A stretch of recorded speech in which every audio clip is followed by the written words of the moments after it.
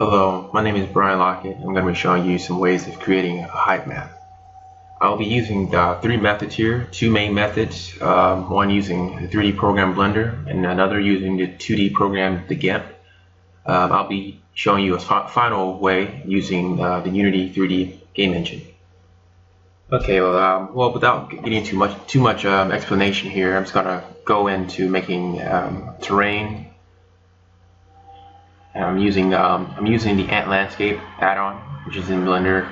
If you don't see that in your add menu, just go on to User Preferences into the add-ons. Go to Add Mesh, and it should be there. I think this is included in all copies of Blender. Just activate that. I'm not going to spend too much time making this terrain fancy or anything. I'm just going to choose something that's satisfactory for our example here. Let's just again, I don't want to spend too much time here, but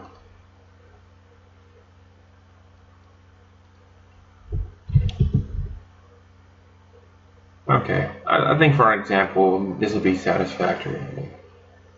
Just kind of want to have something with some more variance to it. I'm just okay, I'm gonna just stick with this. Maybe, yeah, okay. Well, anyway, that'll do. Now, the first thing you want to do when you have your terrain, you want to create a material. Just go and name this height map. You want to activate shapes. That's all you need to activate in this the materials. You want to go to textures, click new. I'm just going to call it a height map, just to get into the naming convention here. Good practice. You want to go to type, go to blend. You want to go down here to blend. You want to make sure that you're using the vertical. I'm going to widen this so you can see a little better. You want to change the x-axis mapping to Z, and the y mapping to Z, and the Z is going to be Z. And then you want to go up here to colors. You want to select ramp, and you want to go here to the set color, and you want to take the alpha value all the way to 1. You want it fully opaque. Okay, and that's all you need for setting up the actual height map material. I'm going to go ahead and save this. Okay, now I'm going to go to the camera. Actually, I'm going to go to my lamp. You can delete your lamp. You won't need it since the height map information is shadeless. I'm going to go to camera. With the camera selected, I'm going to press Alt-G to clear its location, and then Alt-R to clear its rotation. And the easy way to remember those, clear rotation, location, and scales, is to remember that it's the same keys as the grab key, the G, the rotate key, the R, and the scale key, the S, but you're just using the Alt key. So that's an easy way to remember that if you're new to Blender. Okay, now I'm going to go to, well, first I'm going to go to here, to the camera. I'm going to set it to orthographic. It is very important. You need the orthographic view to render the camera. I'm going to press 1, go to a side view here, to the front view. I'm going to bring the camera up, just like this. I'm going to then select my terrain. I'm going to be pressing in here. It's very important to note the dimensions of your location, of your terrain. For this example, I'm just to drive it home here. I'm going to make this 20 kilometers. 20 kilometers, and I'm going to make this 15 meters high. Now, if you zoom out, you won't see it. That's because the view clipping is too short. So I'm going to make it an absurdly large clipping range here, 200 kilometers, like so that way I can zoom back and see it as much as I need to. This is not very high, so I'm going to make this 150. Yeah, that'll work. Well, actually, I'm going to make this. I'm going to make it 500 just so you can see it a little easier. Okay, so now that you have your terrain size, I'm going to hit Control A. I'm going to apply a scale. Okay, now I'm going to go back to the camera, and you want to set your camera orthographic scale to the size of your terrain, assuming that your terrain is square. If it's an unsquare rectangle, then you want to use the widest dimension. But since this is in meters, so since this is 20 kilometers, you want to set your camera to 2000. Now let's take a look at it. Now you won't see anything because again the camera's clipping range is too short, so you want to make this, you have to make it very large.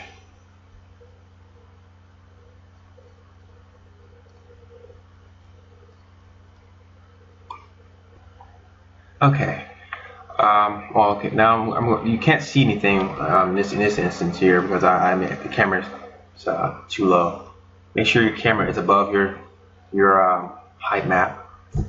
Now you should see it.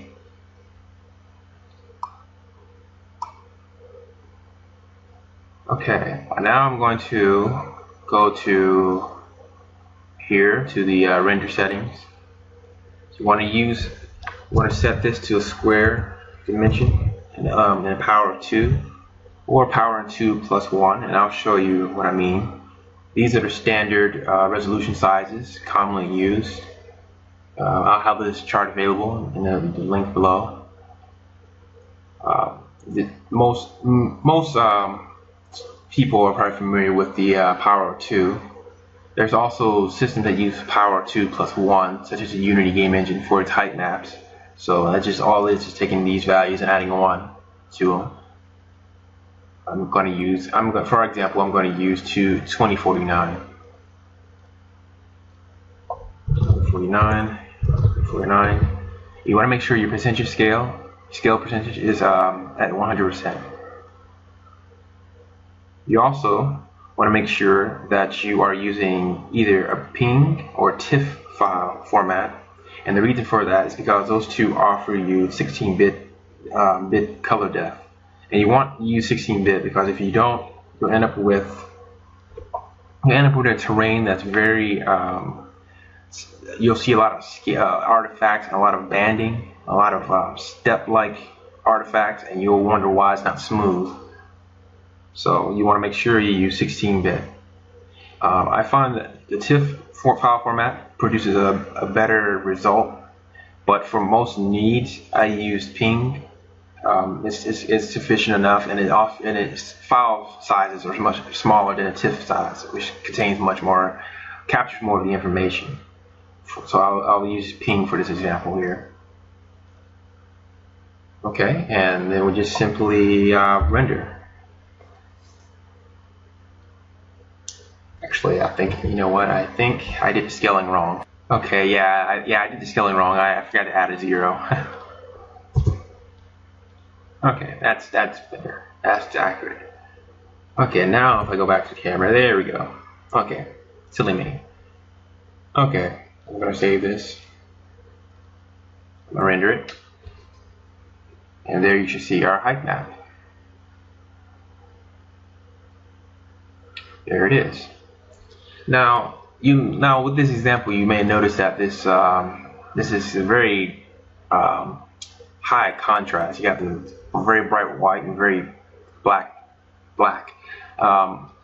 For most needs, you're not going to need this dramatic contrast here.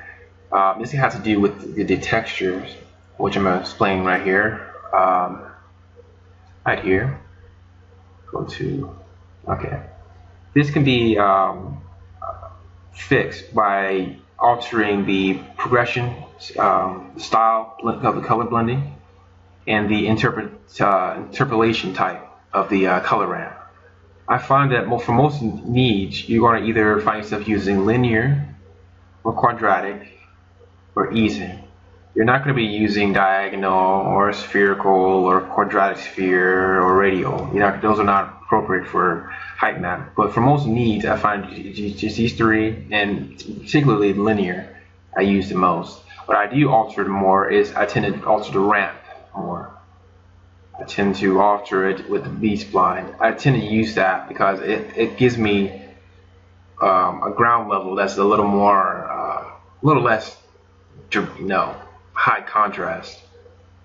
Which is what I'm looking for. I'm looking for a more rather subtle growth rather than just because you put this in a program that takes height maps. With height map like this, you're going to have a very tall, very stretched terrain because this again, white represents the highest values and black represents the lowest value, lowest height levels. Sorry, highest elevations, lowest elevations, and all the scales of grade in between are the varying heights. So you want to use something that's a little less high contrast. So I'm going to render this again, and you'll start to see right away that it's a lot less dramatic with the lot less high contrast here. This is what you want. I want a ground level. Typically, I want my ground levels to be gray rather than black, and this will show up much better. But it's not really that big a deal in most programs where you get to set the terrain height. In fact, this brings me to my other point. You want to keep a note of your dimensions, your square, your width and your length, and particularly your height. That's going to come in more important, especially when using programs like the Unity game engine, because height maps, at least in the TIFF and ping files, they do not contain scale information. So your program won't know what scale it's at. It's just going to produce a height map based on the values that it sees. That's pretty much it for the creating a height map and using a program like Blender. Now there are other programs out there, 3D Max and Maya, but I chose Blender because it's free, it's available to everyone, and to be honest, it's faster to produce a height map in Blender than any other 3D program. But one thing I do want to note that you can play around with the interpolation here, but and you can test the different results, but I tend to use B-spline and linear. I'll be making a template, a height map creation template. This will be available on Blend Swap, so that all you have to do is just import your terrain in Blender. Just import it here as in OBJ or any other format, and you can just quickly render your height map.